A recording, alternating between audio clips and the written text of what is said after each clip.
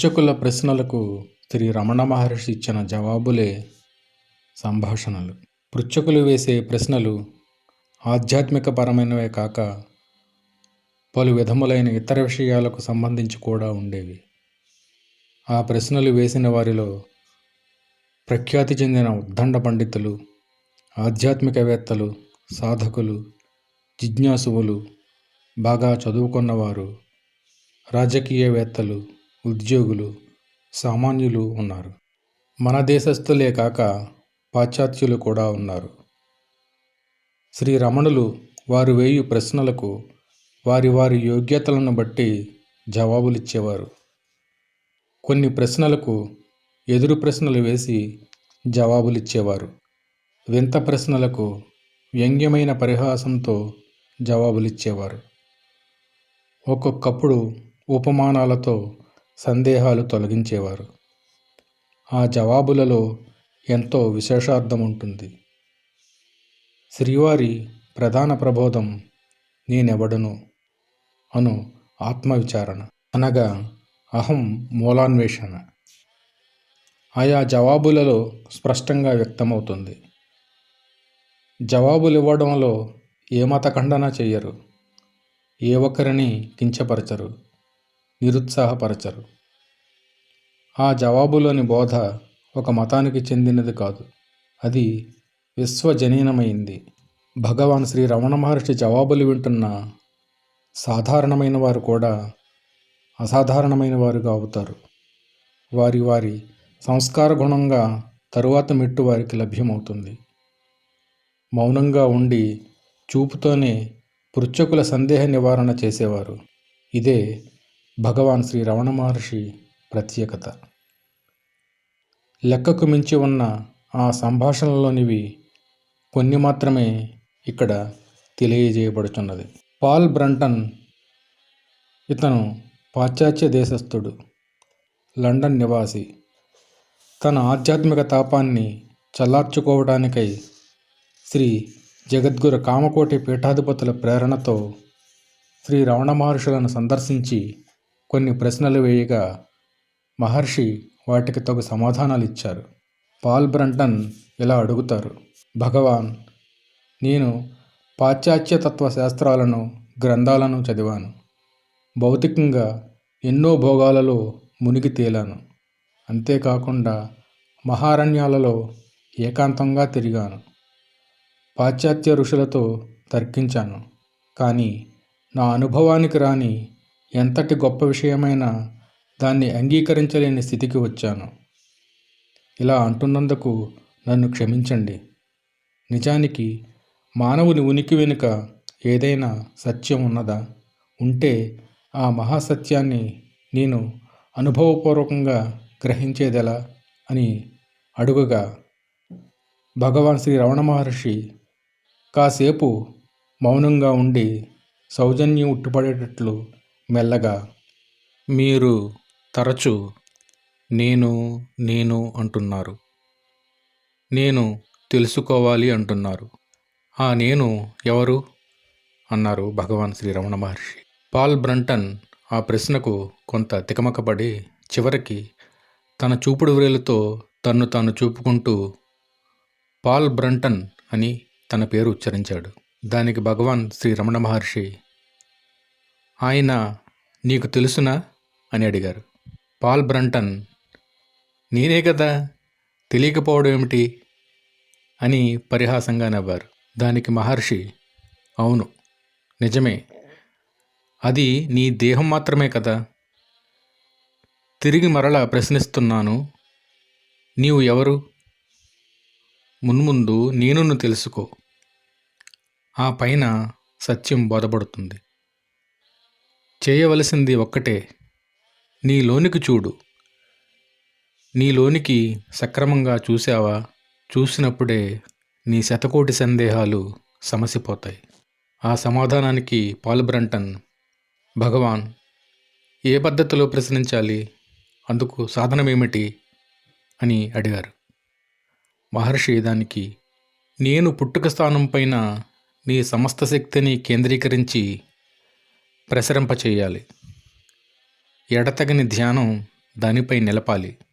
అప్పుడు ఆ తేజస్సును కనుగొనగలవు.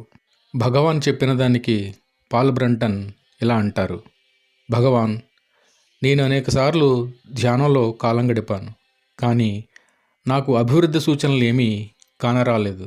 దానికి మహర్షి, అభివృద్ధి కాలేదని ఎట్లా చెప్పగలవు? ఆధ్యాత్మిక రాజ్యంలోని అభివృద్ధిని గుర్తించడం సులభసాధ్యం కాదు. పాల్ బ్రంటన్ తిరిగి ఇలా అంటారు: భగవాన్, ఇందులో గురువు యొక్క సహాయం అవసరమా అని. దానికి మహర్షి, ఖచ్చితంగా అవసరం అని చెప్తారు. పాల్ బ్రంటన్ మరలా, మీరు చెప్పిన తనలో తాను చూచుట సాధనలో గురువు సహాయం ఎట్లా ఉంటుంది?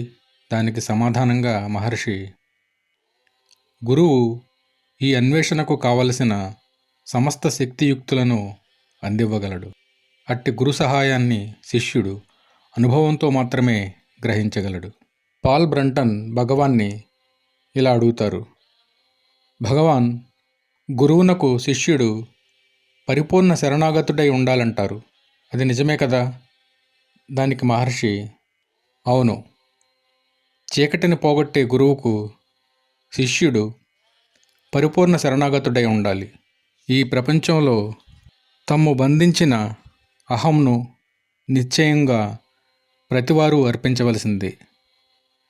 దేహాత్మ దృష్టిని వదలటమే నిజమైన సమర్పణ.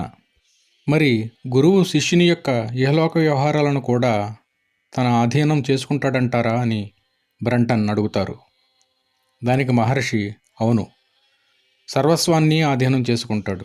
మరలా బ్రంటన్, భగవాన్, గురువు సన్నిధిలో ఎల్లకాలం ఉండాలంటారా? అలా కాకపోతే ఎంతకాలం ఉండాలి? దానికి మహర్షి సమాధానంగా, అది శిష్యుని పక్వతపై ఆధారపడి ఉంటుంది. తుపాకీ మందు క్షణంలోనే బొగ్గున మండుతుంది. బొగ్గు మండటానికి కొంత ఆలస్యం అవుతుంది. పాల్ బ్రంటన్ తన ప్రశ్నలను కొనసాగిస్తూ, భగవాన్, సాధకుడు జీవితాన్ని పరిత్యజించి అరణ్యాలకు వెళ్ళి తపస్సు చేయాలని యోగులు చెబుతుంటారు. మరి మీరేమంటారు? దానికి మహర్షి, రోజు 1-2 గంటలో సక్రమ పద్ధతిలో ధ్యానం అభ్యాసం చేస్తే మనస్సు శక్తివంతమవుతుంది. ఆ తరువాత నీవెంత కర్మ సంరంభంలో మునిగి ఉన్నా ఆ శక్తి నిన్ను వెన్నంటి నడుపుతుంది. దానికి బ్రంటన్, భగవాన్, ఇట్లా చేయడం వల్ల ప్రయోజనం ఏమిటంటారు? మహర్షి ఇలా అంటారు: ఈ మాదిరిగా కొంతకాలం అభ్యాసం చేయగా ప్రజల ఎడల, జీవిత సంఘటనల ఎడల నీ దృక్పథమే పూర్తిగా మారిపోతుంది. అప్పుడు నీ క్రియాకలాపం అంతా నీ ధ్యానాభ్యాసానికి విధేయమై నడుస్తుంది. ఆ సమాధానంతో బ్రంటన్, భగవాన్, అయితే మీరు యోగులతో అంగీకరించరన్నమాట అంటాడు. మహర్షి ఇలా అంటారు: స్వార్థాపేక్షలను పరిత్యజించాలి. ఈ అపేక్షలే ఈ ప్రపంచానికి, నీకు బంధాలను కల్పిస్తున్నాయి. నిజం చెప్పాలంటే మిథ్యా నేనును పరిత్యజించుటయే నిజమైన పరిత్యాగం. దానికి బ్రంటన్, భగవాన్, ప్రపంచ మధ్యలో జీవిస్తూ స్వార్థాన్ని త్యాగం చేయడం సాధ్యమంటారా అని అడుగుతాడు. భగవాన్ ఇలా అంటారు: కర్మకు జ్ఞానానికి వైరుధ్యం లేదు. దానికి బ్రంటన్, అయితే మీరు చెబుతున్న దానిని బట్టి సాధకుడు తన పూర్వ జీవితాన్ని కొనసాగిస్తూనే ఆత్మవికాసం పొందవచ్చునన్నమాట. దానికి మహర్షి, అవును, అందుకు సందేహమే లేదు. సాధన సాగుతున్న కొలది నీలోని వ్యక్తిత్వమే మారిపోతుంది. పరిమితమైన నేను అదృశ్యమై అనంతమైన మహాశక్తి నీలో నిండి వెలుగుతుంది. అదే పనిచేస్తుంది. వెనుకటి నేనే పనిచేస్తున్నదని తలచటం అవివేకం. దానికి బ్రంటన్, భగవాన్, మీరు ప్రబోధించే సాధన ఎటువంటిది? మహర్షి ఇలా అంటారు: నిన్ను నీవే నేనెవడను అని ప్రశ్నించుకోవాలి. ఇట్లా నీవు ప్రశ్నించగా నీలోని నీ మనస్సుకు వెనుకగల ఒక మహాసత్యాన్ని కనుగొనగలవు. ఆ పైన నీ సర్వసందేహాలు, సంశయాలు అదృశ్యమవుతాయి.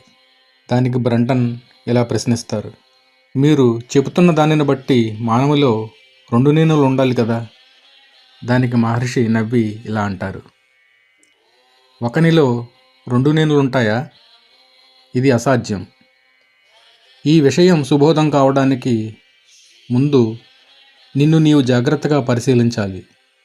ఇతరులు నిన్ను ఎట్లా తలుస్తున్నారో అట్లాగే నిన్ను నీవు భావించడం పురాతనంగా వస్తున్న అభ్యాసం. నీవు ఏనాడు ముఖాముఖిగా నిన్ను నీవు పరిశీలించలేదు.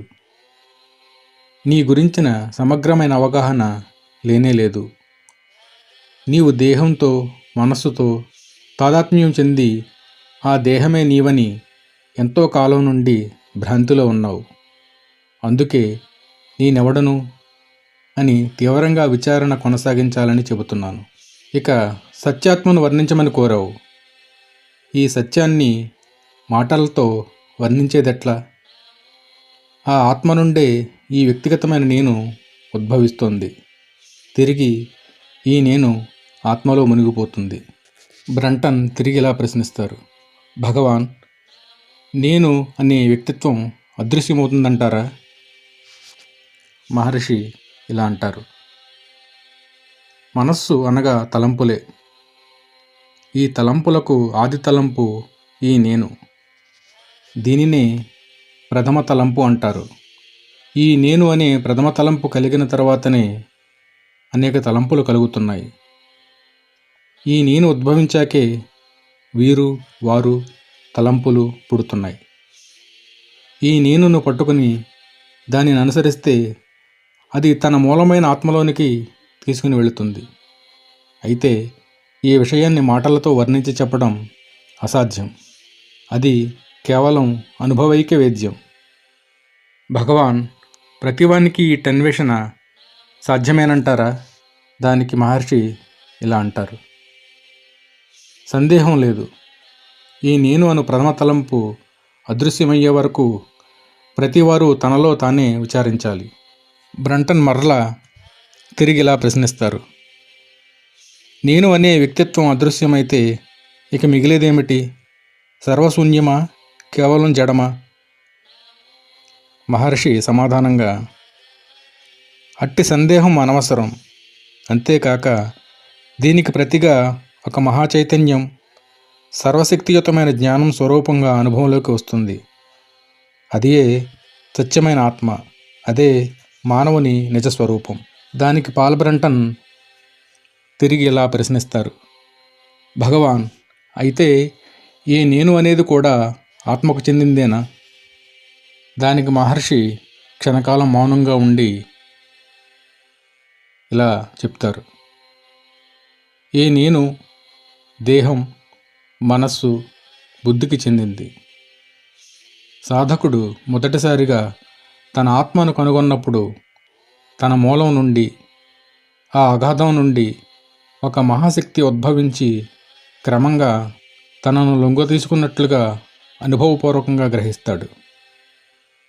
అయితే అది మనస్సుకు ఆవలది, నిత్యమైనది, సత్యమైనది, ఆనందపూర్ణమైనది. దాన్ని అనేక మంది అనేక పేర్లతో పిలుస్తారు. స్వర్గరాజ్యమని, పరమాత్మ అని, నిర్వాణమని, మోక్షమని. ఇలా ఎవరు ఏ పేరుతో పిలిచినా అసలు విషయం ఒక్కటే. నీకు తోచిన పేరుతో నీవు పిలవవచ్చు. యథార్థానికి ఇట్ట దివ్యస్థితి అనుభవంలోకి వచ్చినప్పుడు అతడు నిజంగా పోగొట్టుకునేది ఏమీ లేదు, పొందేది ఏమీ లేదు. ఇలా నేనెవడను అని విచారణ ద్వారా ఆత్మను కనుగొనే వరకు సందేహాలు, సమస్యలు నిన్ను వేధిస్తూనే ఉంటాయి. మహారాజులు, రాజకీయవేత్తలు ప్రజలను పరిపాలించాలని, అదుపు చేయాలని నిరంతరం ప్రయత్నిస్తూనే ఉంటారు. కానీ వారి లోపల వారికి తెలుసు, తమను తాము పరిపాలించుకోలేరని, తమ వంశంలో తాము లేమని. ఎవరైతే తమ మూలాల్ని కనుగొంటారో వారి హస్తాలు మహాశక్తితో సంపన్నమై ఉంటాయి. సమస్త శాస్త్రాలను మధించిన మహాపండితులున్నారు, మేధా సంపన్నులున్నారు. వారిని అడగండి. అద్భుతావహమైన మానవుని నిజస్వరూపాన్ని తెలుసుకున్నారా అని, లేదా పోనీ మిమ్మల్ని మీరు తెలుసుకున్నారా అని వారు సిగ్గుతో తల వంచుకుంటారు. నిన్ను నీవు తెలుసుకోకుండా నిఖిలాన్ని తెలుసుకోవడంలో ప్రయోజనం ఏమిటి? మానవులు తమను తాము విచారించుకొనకుండా తప్పుకుని తిరుగుతుంటారు. తనను తాము తెలుసుకోవడం కంటే ఉత్తమోత్తమైనది దివ్యకార్యం ఏముంది? దానికి పాల్ బ్రంటన్, భగవాన్, అవును, మీరన్నది సత్యమే, కానీ అది అత్యంత భారమైనది, క్లిష్టమైనది, మానవాతీతమైన దివ్యకార్యం పాశ్చాత్యులకు అసాధ్యం. దానికి మహర్షి, లేదు లేదు, అలా అనడం న్యాయం కాదు. అది ఎవరికి వారు అనుభవంతో చెప్పవలసింది. మీరు ఊహించినట్లు ఆత్మవిచారణ ఏమాత్రమూ కష్టం కాదు. సత్యాన్వేషణకు భారతీయులు, పాశ్చాత్యులు అనే తారతమ్యం లేదు. ఒకవేళ వ్యవహారంలో మునిగి తేలుతున్న వారికి విచారణ కొంత కష్టసాధ్యమే కావచ్చు. ఏది ఏమైనా తన్ను తాను తెలుసుకోకుండా ఉండటం ఎలా? తమను తాము తెలుసుకొనకుండా ఇక ఏమి తెలుసుకున్నట్లు? అందుకే నేనెవడను అని తీవ్రంగా విచారణ ఆరంభిస్తే నీలో నుండే నీకు సమాధానం దొరుకుతుంది. నీ సత్యాత్మను కనుగొంటావు. అప్పుడు జ్ఞానభాస్కరుడు ఉదయిస్తాడు. ఇక అప్పుడు మనసు నిన్ను తికమక పెట్టదు. నిజమైన ఆనందం నిన్ను ముంచెత్తుతుంది. నీ స్వరూపమైన ఆత్మయే ఆనంద స్వరూపం. ఇక సందేహాలు, సమస్యలు ఉండనే ఉండవు అని భగవాన్ శ్రీ రమణ మహర్షి పాల్ బ్రంటన్తో తన సంభాషణను ముగించారు. నేనెవరిని అన్న సంఘటన. భగవాన్ విరూపాక్ష గుహలో ఉండే రోజుల్లో ఒకనాటి రాత్రి భగవాన్, కావ్యకంఠ గణపతిముని, కొందరు భక్తులు కలిసి అరుణగిరి ప్రదక్షిణానికి బయలుదేరారు. భక్తులు ముందు నడుస్తున్నారు. భగవాన్, గణపతిముని మెల్లగా వెనుక నడుస్తున్నారు. నడుస్తూ నడుస్తూ ఉన్న భగవాన్ హఠాత్తుగా ఆగిపోయి ఆకాశం వంక చూస్తూ నిలబడిపోయారు. ఆ సమయంలో ఆకాశం నిర్మలంగా ఉంది. అనంత నక్షత్రాలతో చంద్రుడు శోభాయమానంగా వెలిగిపోతున్నాడు. భగవాన్ వదనం దివ్య తేజస్సుతో ప్రకాశిస్తోంది. ఆ చూపు ఊహకందని దేనిపైనో గురిపెట్టినట్లుంది. గణపతిముని భగవాన్ని ఆశ్చర్యంగా చూస్తూ ఆగిపోయారు. కొద్దిసేపటికి భగవాన్ గణపతిముని వంకకు తిరిగి ఆకాశం వైపు చూపుతూ, నాయనా, ఆ నక్షత్రాలు, సూర్యచంద్రాదులు నాలో నుండే వెలువడుతున్నాయి. అవన్నీ నా పాదాల చుట్టూ పరిభ్రమిస్తున్నట్లు చూస్తున్నాను. నాయనా, నేనెవరిని అని గంభీర స్వరంతో ప్రశ్నించారు. గణపతిముని వెంటనే భగవాన్, మీరు వేదాలు వర్ణించిన పురుషోత్తములని అంటూ శ్రీ రుద్రాన్ని, పురుష సూక్తాన్ని, అధర్వణ వేదంలోని స్కంద సూక్తాన్ని పెద్ద స్వరంతో ఆనంద బాష్పాలు పొంగి పొరలుతుండగా గానం చేశారు. కొద్దిసేపటికి భగవాన్ ఏమీ జరగనట్లు మెల్లగా ముందుకు నడవసాగారు. నాయన ఉప్పొంగిపోయి ఆ సంగతిని భగవాన్ సమక్షంలోనే భక్తులకు చెప్పారు. ఆ విధంగా భగవాన్ శ్రీ రమణులు తాము నింగి నేల నిండి ఉన్న విశ్వరూపులని భావగర్భితంగా వెల్లడి చేశారు. భగవంతుడు లోక కళ్యాణం కోసం తీసుకున్న మానుషోపాధిని అవతారమంటారు. అటువంటి అవతారాలలో కలియుగానికి అధికార గురువగు కుమారస్వామి ఒకరు. అతడు జ్ఞానప్రదుడు. ఆ కుమారస్వామియే జ్ఞానబోధకు శ్రీ రమణ మహర్షిగా భూమి మీద అవతరించినని చెప్పడానికి అనేక నిదర్శనములు ఉన్నాయి. శ్రీ రమణ మహర్షి అవతార పురుషులని నిరూపించుటకు అవతార పురుష లక్షణములు, దానికి సామ్యమగు శ్రీ రమణుల జీవితంలోని కొన్ని నిదర్శనాలు ఉన్నాయి. శ్రీమదాంధ్ర భాగవతంలోని సప్తమ స్కందంలో ప్రహ్లాదుడు చెప్పిన ఇందుగలడు అందు లేడని సందేహము వలదు చక్రి సర్వోపగతుండు ఎందెందు వెదకి చూచిన అందందే కలడు దానవాగ్రని వింటే అనే పద్యం గుర్తు రాకమానదు. కుమారాంశ సంభూతులనే చెప్పే సంఘటనలు. కుమారస్వామి తారకాసురుని వధించి దేవతలకు సేనాని అయ్యాడు. అతడు జ్ఞానగురువు. కర్మ, భక్తి, జ్ఞాన మార్గాలను ఉద్ధరించడం కోసం కుమారిల భట్టు జ్ఞాన సంబంధమూర్తిగాను, తరువాత శ్రీ రమణ మహర్షిగాను కుమారస్వామి మానుషదేహం ధరించి అవతరించాడని కావ్యకంఠ గణపతిముని తన దైవదత్తమైన వాక్కుతో కంఠోక్తిగా పలికారు. 1913లోనే శ్రీ కావ్యకంఠ గణపతిముని రమణులు జ్ఞాన సంబంధ వారసుడని కుమారస్వామి అవతారమని పెక్కు ఉదాహరణలతో నిరూపించారు. 1896లో రమణులు అరుణాచలం వస్తుండగా అరయనినల్లూరు గ్రామంలో ఉన్న అతుల్యనాథేశ్వరుని ఆలయంలో తనకు కనిపించిన జ్యోతిని గురించి గణపతి మునికి కపాలికి వర్ణించి చెప్పుతూ ఇదివరకు కూడా అదే స్థానంలో కూర్చుండి ఉన్నప్పుడే జ్యోతి రూపంలో అరుణాచలం కనిపించినట్లు చెప్పారు. వెంటనే గణపతి ముని జ్ఞాన సంబంధులుగా ఉన్నప్పుడు అన్నమాట అన్నారు. అంటూ శ్రీరమణులు మాట మార్చారు. జ్ఞాన సంబంధులు అసలు పేరు అలాడ పెళ్ళయ్యారు కదా, మరి జ్ఞాన సంబంధులన్న పేరు ఎలా వచ్చింది అని ఒక భక్తుడు భగవాన్ని అడిగాడు. అదా, దేవి అనుగ్రహించిన పాలు త్రాగగానే జ్ఞానంతో సంబంధం ఏర్పడుట వల్ల ఆ పేరు కలిగింది. అంటే గురు శిష్య సంబంధం లేకుండా జ్ఞానం కలిగింది కాబట్టి ఆ ప్రాంతంలో ఉన్న వారంతా అలా పిలిచేవారు అన్నారు భగవాన్. భగవాన్ లాగానే సశరీర గురువు లేకుండా జ్ఞానం కలిగిందన్నమాట అని భక్తురాలు సూర్యనాగం అంటే, అందుకే కృష్ణయ్య వారికి నాకు ఏవేవో సామ్యాలు చెప్పాడు అన్నారు భగవాన్. శ్రీరమణులు జ్ఞాన సంబంధుల వారసుడని చెప్పడానికి ఇంతకంటే నిదర్శనాలెందుకు? ఆ నిదర్శనం వల్ల శ్రీరమణుడు కుమారస్వామి అవతారమని చెప్పవచ్చు. ఎందుకంటే జ్ఞాన సంబంధమూర్తి కుమార అవతారమని శైవ సాంప్రదాయం. అప్పరు మొదలగు వారు ఈ సంబంధం ఒప్పుకునే ఎన్నో పాటలు పాడారు. ఓం నమో భగవతే శ్రీరమణాయ. ఏకకాలంలో 14 లోకాలలో 14 దేహాలతో విహరిస్తున్నాను అన్న సంఘటన. ఒకసారి భగవాన్ వివిధ లోకాలను గురించి ప్రస్తావిస్తూ నేను ఏకకాలంలో 14 లోకాలలో 14 దేహాలను ధరించి విహరిస్తూ ఉంటాను అన్నారు.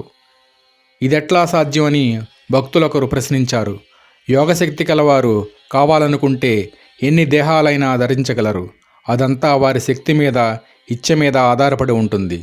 శ్రీకృష్ణుడు రాసలీలలో 16,000 దేహాలతో ధరించినట్లు మీరు చదవలేదా? ఈ విషయాన్ని నేను మాటల్లో వివరించిన మీరు గ్రహించగలరా అని భగవాన్ మౌనం వహించారు. ఆ విధంగా భగవాన్ శ్రీ రమణ మహర్షి తాను ఏకకాలంలో 14 లోకాలలో 14 దేహాలతో విహరిస్తున్నానని చెప్పి అలా అన్ని దేహాలు ధరించగల శక్తికి శ్రీకృష్ణుడిని ఉదాహరణగా చూపారు. పై సంఘటనలను బట్టి భగవాన్ శ్రీరమణులు విశ్వరూపులని చెప్పుట ఎంతమాత్రం అతిశయోక్తి కాదు. భగవద్గీత 10వ అధ్యాయం 24వ శ్లోకంలో సేనానాయకులలో కుమారస్వామిని నేనని శ్రీకృష్ణుడు చెప్పారు. కాబట్టి కుమారస్వామి సాక్షాత్తు శ్రీకృష్ణ స్వరూపమే కదా. శ్రీరమణులు కుమారాంశ సంభూతులగుటచే శ్రీవారు అవతార పురుషులని నిర్ణయము.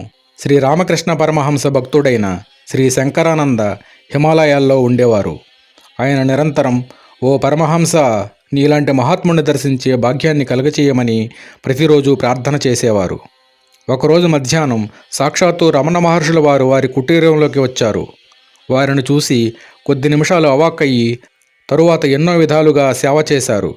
కొద్ది సమయం వారితో గడిపి శ్రీరమణులు వెళ్ళిపోయారు. తాను పొందిన రమణ దర్శనాన్ని వర్ణిస్తూ శ్రీ రమణాశ్రమానికి తంతి ఇచ్చాడు. కానీ ఆశ్చర్యం ఏమిటంటే భగవాన్ ఆ సమయంలో ఆశ్రమంలోనే ఉన్నారు. అది శ్రీ రమణానుగ్రహానికి నిదర్శనమని ఆశ్రమం వారు జవాబు ఇచ్చారు. కొద్ది రోజులకు శ్రీ శంకరానంద రమణాశ్రమానికి వెళ్ళి ఆనాటి తన శ్రీ రమణ దర్శనానుభవాన్ని వివరించగా భక్తులందరూ ఆశ్చర్యంగా విన్నారు. అప్పుడు భక్తులందరూ భగవాన్తో, భగవాన్, మీరు ఇక్కడ ఉంటూనే మరో శరీరంతో హిమాలయాల్లో ఉన్న శంకరానందకు దర్శనం ఇచ్చారా? ఏమి మీ యోగ సంపద అని కొనియాడారు. భగవాన్ అప్పుడు చిరునవ్వుతో, మీరు శంకరానంద స్వామిని పొగడండి, ఆయనకు అటువంటి స్థితి ఉంది కాబోలు అని బదులిచ్చారు. ఏమీ శ్రీ భగవాన్ చాతుర్యం! అంతా తాను చేసి ఏమీ ఎరుగనట్లు శంకరానందకు అటువంటి సిద్ధి ఉందని గౌరవాన్ని శంకరానందకు ఆపాదించారు. ఆశ్రమంలో ఉంటూ హిమాలయాల్లో దర్శనమివ్వటం భగవాన్ సర్వాంతర్యామి అని రుజువు చేస్తోంది. శ్రీరమణులు 1896 జూలై మధ్యభాగంలో, ఆయనకప్పుడు 16 సంవత్సరములు. ఆకస్మికంగా ఎటువంటి సాధనలు, గురూపదేశం లేకుండా ఆత్మసాక్షాత్కారం పొందారు. ఇది శ్రీరమణుల అపూర్వత్వాన్ని, దివ్యత్వాన్ని తెలుపుతోంది. ఒక భక్తుడు శ్రీ అరవిందులను ప్రతివారికి గురువు ఉండాలి అంటారు.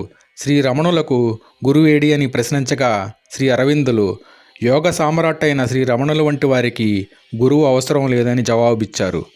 1946 ఆగస్టు మాసంలో ఒక విద్యాధికుడు శ్రీరమణులను భగవాన్, ఎప్పుడైనా సాధన చేసిన కాలం ఉందా అని ప్రశ్నించారు. దానికి శ్రీరమణులు, సాధన? దేనికి సాధన? ఏముంది సాధన చేయటానికి? ఇట్లా కూర్చోటమే సాధన. ఎప్పుడూ ఇట్లాగే కూర్చుండేవాణ్ణి. అప్పుడు కళ్ళు మూసుకునేవాణ్ణి, ఇప్పుడు తెరుస్తున్నాను, అంతే తేడా. ఇప్పుడున్నది అప్పుడు ఉంది, అప్పుడున్నదే ఇప్పుడు ఉంది. నేను తప్ప వేరొకటి ఉంటే కదా సాధన.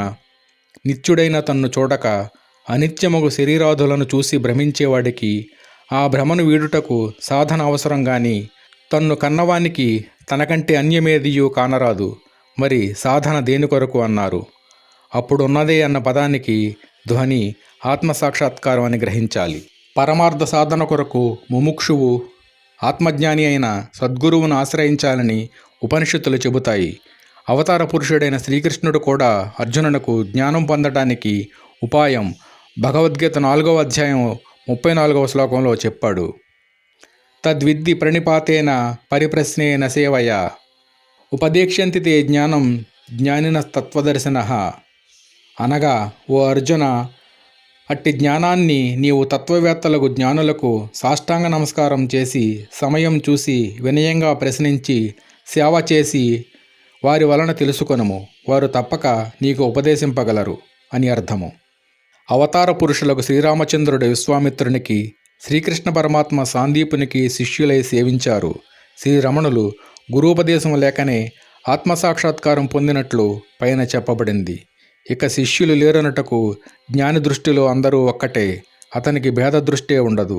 అందువల్ల గురువని శిష్యుడని భావం ఉండదు అని శ్రీరమణులే ఒక సందర్భంలో భక్తుడు చాడ్విక్కు చెప్పారు. తమకు గురువు లేరని చెబుతూ సాధకులకు గురువు అవసరమే అంటారు శ్రీరమణులు. ఒకనాడు ఒక భక్తుడు గురువు లేనిదే జ్ఞానం కలుగదని అనేక గ్రంథాల్లో చెప్పి ఉందే, ఇందువలన అని అడిగారు. అవును, మనోవ్యాపారం వల్ల శరీరాదులు తానని భ్రమించేవారికి ఆ భ్రమ పోగొట్టే నిమిత్తం గురువు సాధన అవసరమే అంటూ గురువు యొక్క ఆవశ్యకతను వివరించారు. ఇక్కడ ఒక విషయాన్ని గమనించాలి. శ్రీరమణులు తమకు సశరీర గురువు లేడని చెప్పినప్పటికీ శ్రీవారి నోట అప్పుడప్పుడు వెలువడిన వాక్కులు పరిశీలించిన వారి చర్యల వెనక ఒక దైవీ శక్తి ఉన్నట్లు వ్యక్తమవుతుంది. ప్రతినిత్యం తల్లి సమాధి వద్ద కొంతసేపు గడిపి వెళ్ళే భగవాన్ ఒకరోజు, ఇక్కడ నన్ను దైవీ శక్తి ఉండిపోమ్మంటోంది, ఇక్కడే ఉండిపోతానన్నారు. అదే శ్రీరమణాశ్రమంగా రూపుదిద్దుకుంది. అలాగే శ్రీరమణాశ్రమ సర్వాధికారి నియామకంలో కోర్టువారు శ్రీరమణులను విచారించారు. ఆ విచారణలో ఒక ప్రశ్న, ముందుగా అనుమతి పొందకుండా దేవస్థానానికి చెందిన కొండపై స్కందాశ్రమ నిర్మాణానికి ఎందుకు అంగీకరించారు? దానికి శ్రీరమణులు, ఏ మహాశక్తి నన్నిక్కడ తీసుకుని వచ్చిందో ఆ శక్తి ప్రేరితుడనై అంగీకరించానన్నారు. ఆ విధంగా శ్రీరమణుని జ్ఞానసిద్ధి పొందుటకు సశరీర గురువు లేకపోయినప్పటికీ శ్రీవారి దివ్యానుభూతికి దివ్యశక్తులకు ఆధారభూతమైన ఒక దైవీశక్తి ఉన్నట్లు వారి మాటల ద్వారా తెలుస్తుంది. ఇట్టి మహిమాన్వితుడకు శ్రీరమణులను అవతార పురుషుడు అనడంలో సందేహం లేదు. రమణులు సర్వాంతర్యామి అని చెప్పే నిదర్శనం. దక్షిణ అమెరికాలోని పెరూ దేశంలో ఉన్న దంపతులు శ్రీరమణాశ్రమానికి వచ్చారు. వారు మహర్షి గొప్పతనం గురించి విని ఉన్నారు. మహర్షి భూమిపై ఉండటం వారికి క్రీస్తు యొక్క పునరుద్ధానంలా అనిపించేది. ఎలాగైనా వారిని దర్శించాలనే తీవ్ర కాంక్షతో ఉండేవారు. వారు చాలా బీదవారు.